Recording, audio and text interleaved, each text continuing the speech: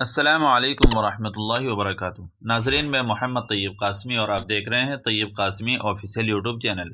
ناظرین، آپ نے چھوٹے چھوٹے بچوں کے ہاتھوں میں یا پیروں میں کالا دھاگا بندھا ہوا اکثر و بیشتر دیکھا ہوگا، اور اگر کسی سے پوچھا جائے تو جواب یہ ملتا ہے کہ یہ نظر بد سے بچنے کے لیے باندھا گیا ہے، جبکہ اس دھاگے پر کوئی آیت قرآنی یا کوئی دعائے معصورہ بھی نہیں پڑھی گئی ہوتی ہے۔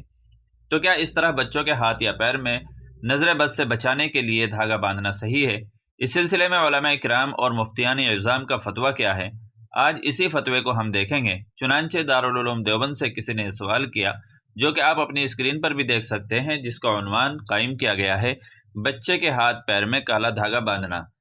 خیال رہے کہ جو سوال درج کیا گیا ہے، جو الفاظ سائل لکھ کر کے دیتا ہے وہی بیائی نہیں اتارے جاتے ہیں، وہی لکھے جاتے ہیں، تو اس لیے سوال میں غلطیاں ہیں جو نظر انداز کر دینی چاہیے اور اصل سوال کی طرف توجہ دینی چاہیے۔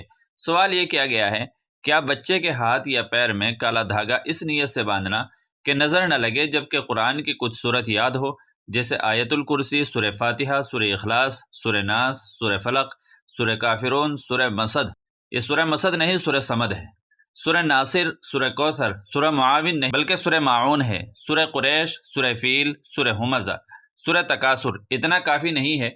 کیا کالا دھاگا باندھنا اس نیت سے کہ بری نظر سے بچائے گا شرک ہے؟ تو دارالعلوم دیوبند نے اس کا جواب دیا ہے، آپ خود بھی اپنی اسکرین پر دیکھیں، پڑھیے۔ بسم اللہ الرحمن الرحیم۔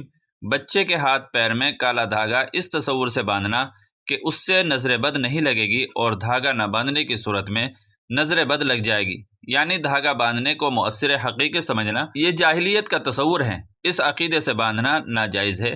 واللہ تعالی عالم۔ دارالفتاء دارالعلوم دیوبند۔ تو ناظرین، اس فتوے سے یہ معلوم ہوا کہ اگر دھاگے کو ہی مؤثر حقیقی سمجھ کر باندھا جائے گا تو پھر ناجائز ہو جائے گا۔ مجھے امید ہے کہ آپ اس مسئلے کو اچھی طریقے سے سمجھ گئے ہوں گے، اور اگر آپ چینل پر پہلی بار آئے ہوں تو ہمارے چینل کو سبسکرائب بھی کر سکتے ہیں۔ چلیے پھر ملتے ہیں اگلی کسی ویڈیو میں، تب تک آپ سے دعاؤں کی درخواست ہے۔ السلام علیکم ورحمۃ اللہ وبرکاتہ۔